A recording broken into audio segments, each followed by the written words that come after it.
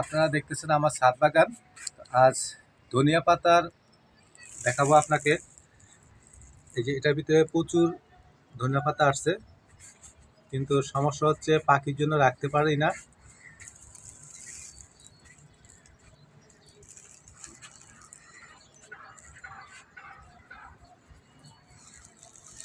নিজ হাতে নিজের বাগানে ধনিয়া পাতা,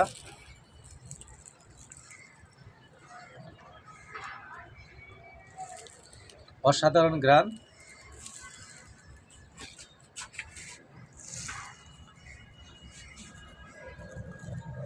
আফসোস পাখির জন্য বেশি একটা হয়নি, তারপর যা হয়েছে আলহামদুলিল্লাহ প্রচুর হয়েছে। এই টেকনিক আপনারাও ফলো করতে পারেন।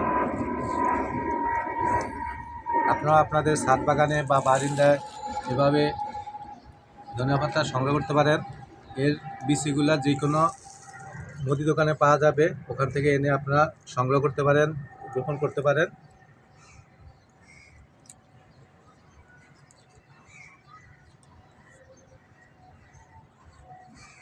আমি এখানে আবার রোপণ করব আজকে বা কালকে। 12 মাসেই খাওয়া যায়, প্রতি বছর সারা বছরই। পুরো এক বাটি হলো। আজ এ পর্যন্তই। খোদা হাফেজ।